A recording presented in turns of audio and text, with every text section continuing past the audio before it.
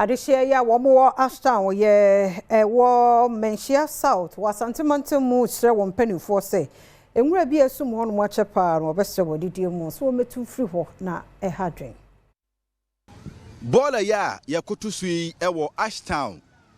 E kuro kese ba kwa ewo Asante Mantem ya. E kuro nfimfim pe. Na adehye ene asuafo ewo ha ene nei omo kire se. Ohwe e kuro nfimfim a Bola enti sei egu ha e de yade pa ene ebre wo mu. Na awrehosam ne se Bola no enhwe ani mu pe e na Ashtown MAKG eno so ewa asuafo nkumankuma a eja disua wo mu hia Bola yi ade echi ade san bia me bae nyina maka ho asem sa wo hwe me phone so kra me wo pictures bebre ni videos amaye matro ho letters akọ KM me de bi so akọ sub metro menhia ama omo ba ho ebehwe omo ba omo take pictures last craba ebi so free KM main office bae ebehwe ye nti as it stands now no de we yakọ ho a obehu senior hottest senior tie saa na tie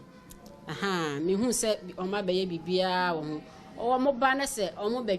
pushi kwa akire kra na the next day umra no na mantem hafo so ayeden asan di nra agu honom bedu ho na agu kwan na no nyina is very bad esan sen kwala na e wa ha no omo ye kwala nketo keji ahaye keji nko nti se omo timi be ye bibi fa ho mame a megidi sen ka be boa ama school no kra no nkwala ba mu bebre Nenso adehye wo Ashtown wo Menchia South mensin mu Asante Mantem ha de metima kase ahonodie pa bo mpa ne sa yeso nti omoto nsa afre obi oka bi ewom enkanka ne atena ya ehwe ahonodie hu nsem so se Bola ye be ya ka mbetu mfamfiri ha sanse enso ani kumasi mfimfim pe na Bola yi egu